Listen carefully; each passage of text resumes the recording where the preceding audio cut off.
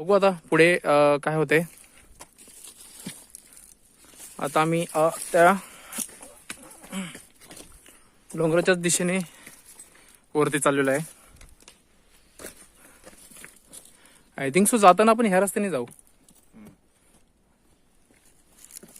बघू आता पुढे काय होतंय. इतिहासाच्या पाऊलखुणा. खरंच असे खूप असे काही गड किल्ले बोला आणि गड किल्ल्या व्यतिरिक्त पण खूप काही त्या काळच्या लोकांनी आपल्यासाठी सोडून गेलेले आहेत. खरंच त्याच्यावरती खूप संशोधनाची आणि खरंच अभ्यास करण्याची गरज आहे आताच्या काळात.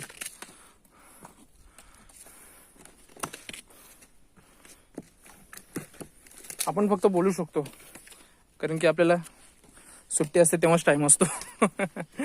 व्यतिरिक्त नाही. पण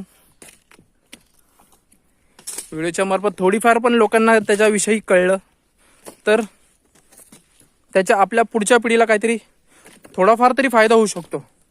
आणि हे आपल्याला आपल्या मुलांपर्यंत, आपल्या पुढच्या पिढीपर्यंत, मुलांपर्यंत नाही सॉरी, अजून आमचं लग्न नाही झालं, पण आपल्या पुढच्या पिढीपर्यंत पोहोचवणं खूप गरजेचं आहे.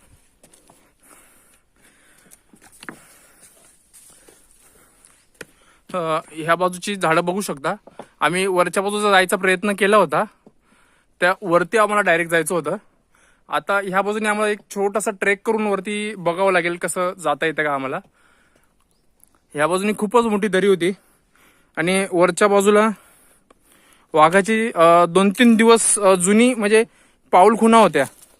आणि 2-3 दिवस जुना पाऊलखुणा म्हणजे तो वाघ कमीत कमी बोललं जातं की 1 आठवडा तरी त्या विभागात म्हणजे एरियामध्ये आपण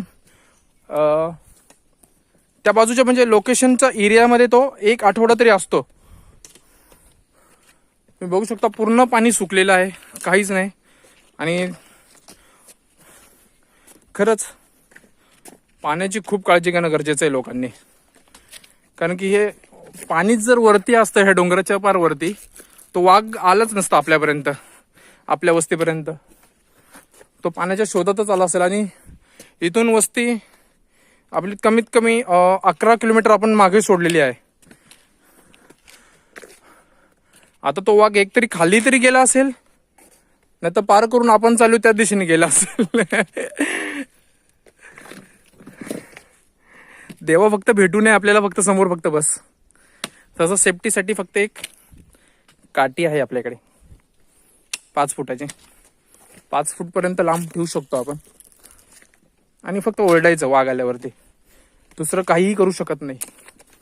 आणि वाघ आल्यावरती पळायचं तर पळायचंच नाही म्हणजे. कारण की वाघ हा पाठीमागूनच हमला करतो आपल्याला, त्याच्यामुळे त्याला कधीच पाठ दाखवायची नाही.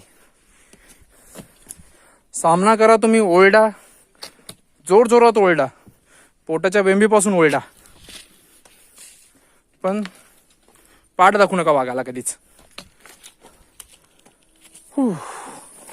आम्हाला 50% लोकेशन आम्ही पार केलेली आहे.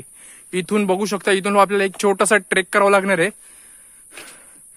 जागा शोधू आम्ही, मग कळू तुम्हाला काय करायचंय. Okay, bye bye, safe journey all of you.